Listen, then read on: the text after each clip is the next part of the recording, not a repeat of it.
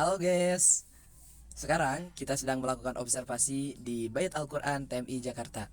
Bagaimana keseruannya? Yuk ikuti bareng-bareng.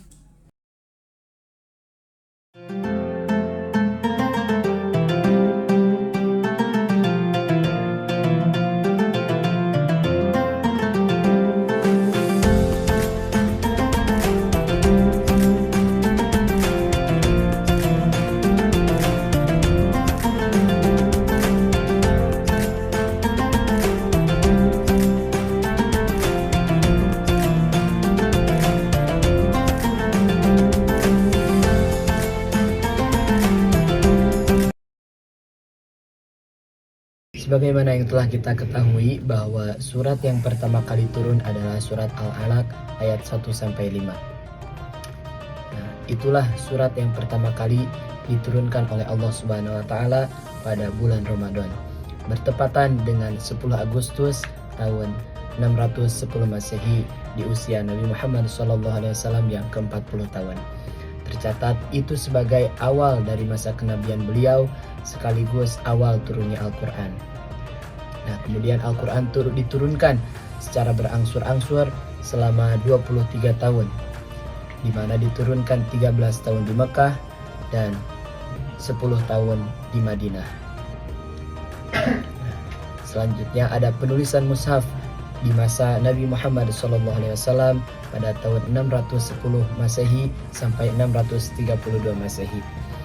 Dari waktu ke waktu, setiap ayat yang turun dihafalkan oleh Rasulullah SAW, langsung beliau sampaikan kepada para sahabat, dan para sahabat pun menghafalkannya lalu menyampaikannya kembali kepada keluarganya dan orang-orang terdekatnya.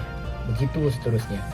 Nah, di zaman itu memang jarang sekali orang yang bisa membaca, karena itu mereka sangat kuat dalam menghafal berbagai syair, kata-kata bijak para pujangga.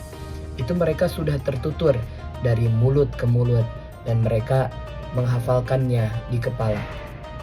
Meski begitu, Rasulullah SAW masih hidup. Ada beberapa sahabat yang ditunjuk untuk menuliskan Al-Quran, di antaranya seperti Zaid bin Thabit, Ubay bin Ka'ab, Mu'adz bin Jabal, Muawiyah bin Abi Sufyan, dan keempat sahabat yang menjadi Khulafaur Rasyidin, yakni Abu Bakar, Umar, Utsman, dan Ali bin Abi Thalib radhiyallahu anhu. Sahabat-sahabat yang lain juga kerap menuliskan wahyu tersebut atas inisiatif sendiri ketika mendengar dari Rasulullah SAW, walaupun tidak diperintahkan untuk menulisnya. Nah, namun media penulisan yang digunakan pada masa itu masih sangat sederhana.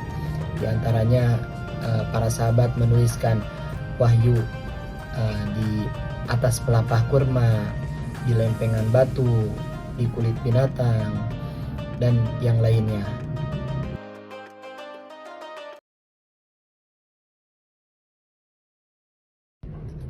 Setelah penulisan mushaf di zaman Nabi Muhammad SAW, kemudian dilanjut dengan penulisan mushaf Al-Quran pada zaman Khalifah Abu Bakar radhiyallahu anhu pada tahun 11 sampai 12 Hijriah, bertepatan dengan 632 sampai 634 Masehi. Di masa Khalifah Abu Bakar radhiyallahu anhu pada tahun 11 Hijriah atau pada bulan Desember 632 Masehi, terjadilah perang Yamamah yang menewaskan banyak sekali kalangan qurra dan penghafal Al-Quran.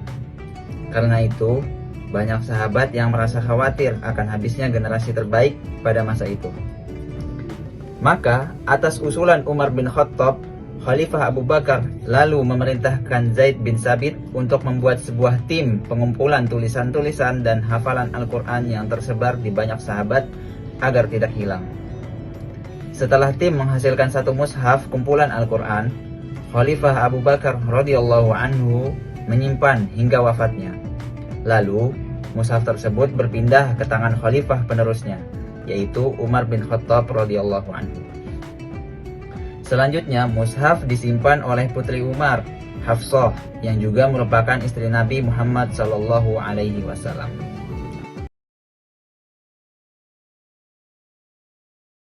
Sekitar tahun 31 Hijriah atau 650 Masehi, jauh setelah masa Khalifah Abu Bakar As-Siddiq, Islam sudah tersebar ke berbagai negara. Pada masa Khalifah Utsman bin Affan, para ahli Al-Quran pun tersebar jauh untuk mendakwakan Al-Quran dan ajaran Islam, hingga suatu ketika dalam sebuah ekspedisi ke Armenia dan Azerbaijan bertemulah pasukan muslim dari berbagai negara.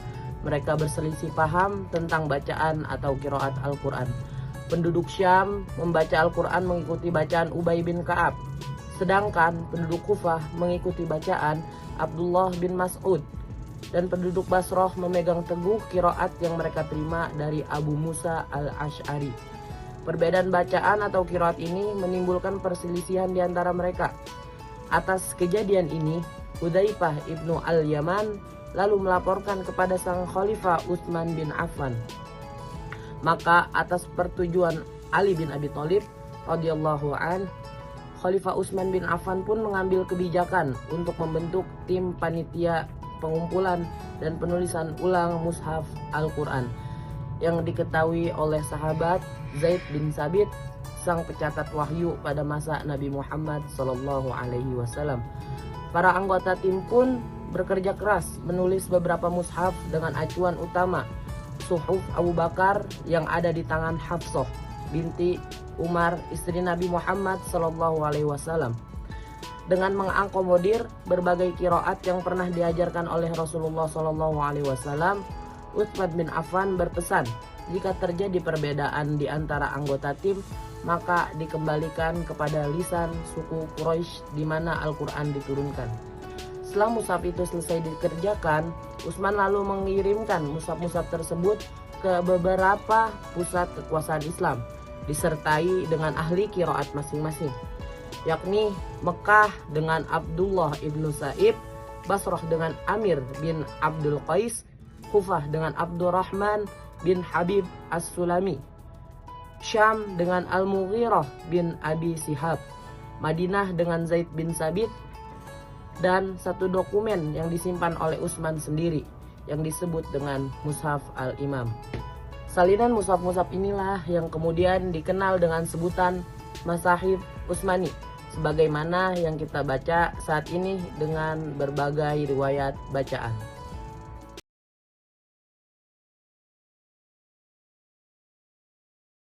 Dari sisi bentuk tulisan Al-Quran, sejak zaman Nabi hingga masa Utsman bin Affan, ditulis dengan kaligrafi kufi tanpa tanda titik-titik huruf dan harokat. Pada masa dinasti Umayyah, ditemukan kesalahan dalam membaca Al-Quran di kalangan masyarakat awam yang disebabkan karena tidak adanya tanda-tanda baca dalam Al-Quran. Khawatir terjadi kesalahan serupa di kemudian hari, maka Gubernur Ziyad lalu memerintahkan kepada Abu Aswad Ad-Du'ali untuk membuat rumusan tanda baca pada mushaf Al-Quran. Pada akhirnya Abu Aswad Ad-Du'ali membuat rumusan berupa tanda-tanda titik. Titik atas untuk fathah, titik bawah untuk kasroh, dan titik kiri untuk dhammah. Sedangkan dua titik adalah sebagai tanwin. Seiring perkembangan waktu, selanjutnya tanda-tanda bertambah dengan beberapa titik untuk membedakan yang berbeda oleh Nafir bin Hashim dan Yahya bin Ya'mur pada masa Khalifah Abdul Malik bin Marwan. Untuk membedakan dengan titik tanda baca Abu Aswad Ad-Du'ali, maka titik huruf menggunakan tinta warna yang berbeda. Hingga di masa dinasti Abbasiyah, pada abad kedua Hijriah, Al-Khalil bin Ahmad Al-Faraidi menyempurnakan tanda harokat dengan penulisan Al-Quran, yakni yang membuat tanda-tanda harokat dengan bentuk huruf hijaiyah, yaitu harokat dhammah diambil dari huruf waw ditulis kecil, diletakkan di atas huruf. Harokat fathah diambil dari huruf alif yang ditulis miring dan diletakkan di atas huruf. Harokat kasroh ditulis miring, diletakkan di bawah huruf. Tanda sukun diambil dari kepala huruf ha, tanda tasydid diambil dari kepala huruf sin, dan seterusnya, sebagaimana tanda baca yang saat ini kita kenal. Dari sisi model kaligrafi, perubahan besar terjadi pada abad keempat Hijriah. Di masa dinasti Abbasiyah, ialah Ibnu Muqlah, tokoh yang pertama kali memperkenalkan beberapa model kaligrafi dengan karakter yang lebih indah dan mudah dibaca, tidak seperti masa-masa sebelumnya yang menggunakan khot khufi dengan bentuknya yang kaku. Sejak masa ini mulai dikenal dengan bentuk kaligrafi seperti naskhi, muhaqqaq, thuluth, dan lain sebagainya. Selanjutnya terjadi beberapa perkembangan penulisan Al-Quran, mulai dari tanda waqaf, tanda tajwid, permulaan surah, juz, hizib, serta hiasan-hiasan seperti iluminasi dengan berbagai macam bentuk untuk memperindah tampilan mushaf Al-Quran. Tradisi penyalinan di Nusantara. Di Nusantara, penyalinan Al-Quran diperkirakan dimulai dari Aceh sejak sekitar abad ke-13, ketika Pasai di pesisir ujung timur Laut Sumatera menjadi kerajaan yang pertama di Sumatera yang memeluk Islam secara resmi melalui pengislaman sang raja, yaitu Sultan Malikus Saleh.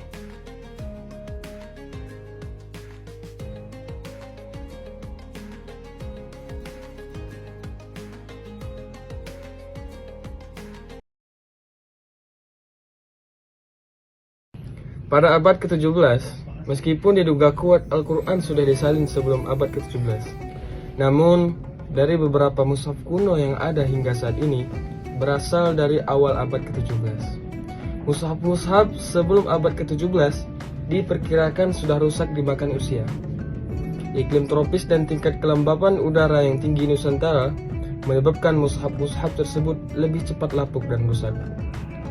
Sejauh yang dapat dipastikan, hingga kini baru ada 4 naskah Al-Quran Nusantara dari abad ke-17. 2 naskah terdapat di negeri Belanda, 1 naskah di Malaysia, dan 1 naskah di Bali, Indonesia. Pertama, koleksi Rotterdam Municipal Library. Naskah ini diperoleh Laksamana Cornelis Matelief do Jonge di Johor pada 20 Juli 1606 sebagai hadiah dari Sultan Johor atas bantuan Matelief dalam menyerang Portugis di Malaka.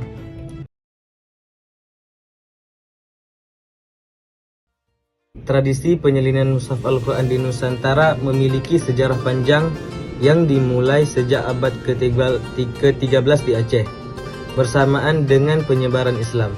Kegiatan penyalinan ini berkembang pesat dari masa ke masa dan menjadi bagian penting dari budaya Islam lokal, terutama di pusat-pusat kekuasaan dan pendidikan Islam.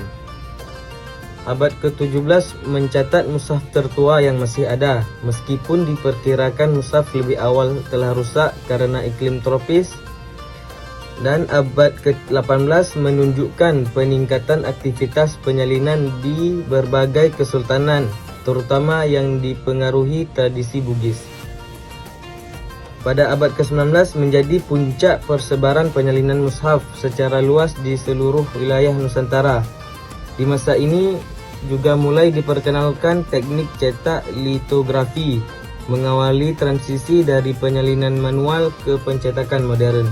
Warisan mushaf-mushaf ini kini tersimpan di museum, perpustakaan, pesantren, dan kolektor pribadi, menjadi bukti peran besar masyarakat Nusantara dalam pelestarian dan penyebaran Al-Quran. Begitulah sekilas perjuangan para sahabat dan tabi'in dalam menjaga kesucian kitab Al-Quran hingga sampai zaman kita ini masih tetap utuh seperti di zaman Rasulullah SAW.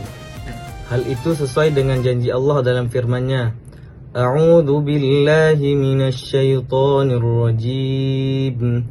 Bismillahirrahmanirrahim. Inna nahnu nazzalna adh-dhikra wa inna lahu lahafizun.